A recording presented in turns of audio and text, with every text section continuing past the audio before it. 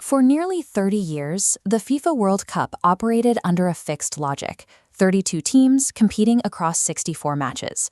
In 2026, that mathematical constraint is being retired.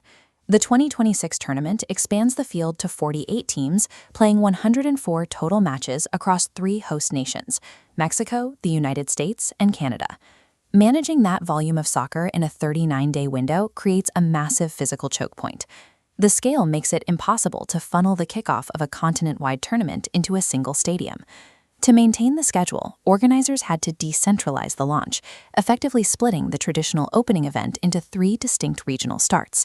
This coordination requires 3 simultaneous stadium-scale opening ceremonies, all executing across North America on June 11th and 12th. Mexico City's Estadio Azteca serves as the foundational launch point. As the first stadium to host matches across 3 World Cups, it anchors the tournament's shared heartbeat theme before Mexico faces South Africa. Secondary launch points in Los Angeles and Toronto rely on superstar performances from artists like Shakira and Burna Boy, using global pop culture to bridge the geographic gap between the host cities. Stadium gates open 4 hours before kickoff to accommodate pre-match activations, extending the event footprint into a day-long festival that precedes the actual game. These 3 synchronized ceremonies take distinct national identities and align them into a single continent-wide event.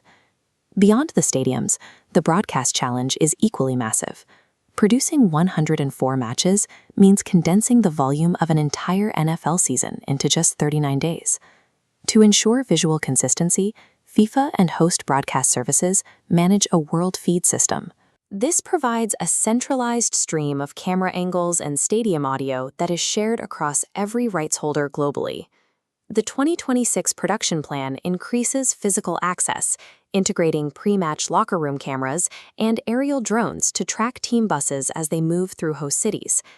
The strategy focuses heavily on the 49th character, the traveling diaspora of fans arriving from around the world to support their national teams. By prioritizing these fan stories, the broadcast functions as both a record of the match and a mirror reflecting the tournament's global audience. In Los Angeles, Fox Sports manages this influx of data through Stage B, a central production hub that replaces traditional sets with digital environments.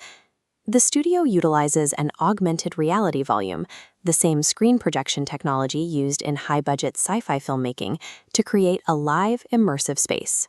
This allows analysts to pull live data from the world feed and project it as 3-dimensional models, showing precise player trajectories directly on the studio floor. Analysts walk through these spatial models in real time to deconstruct tactics with detail that traditional flat screens cannot provide. Stage B shifts the broadcast away from static commentary toward a more interactive, data-driven viewing experience. The fan experience is no longer contained within the primary television broadcast.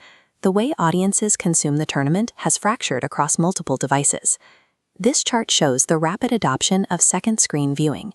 Data indicates over 70% of sports fans use a mobile device while watching a live match. This shift redirects the audience's attention toward real-time peer-to-peer social media interaction rather than live broadcast commentary. For younger demographics, short-form video platforms drive a viral moment economy where goal celebrations and referee controversies are clipped and shared within seconds. Effectively reaching these fans requires broadcasters to treat user-generated micro-moments with the same cultural importance as the live 90-minute match. Artificial intelligence provides the final layer of this ecosystem, managing the transition from the live broadcast to the digital feed. Broadcasters use AI algorithms to instantly scan match footage and compile personalized highlight reels based on what specific users want to see.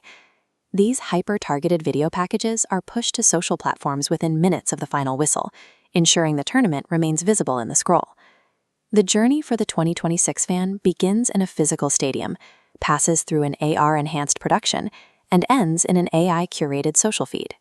This integration marks the transition of the World Cup from a simple sporting event to a fully automated media ecosystem, where the match on the pitch is just the starting point for a global digital loop.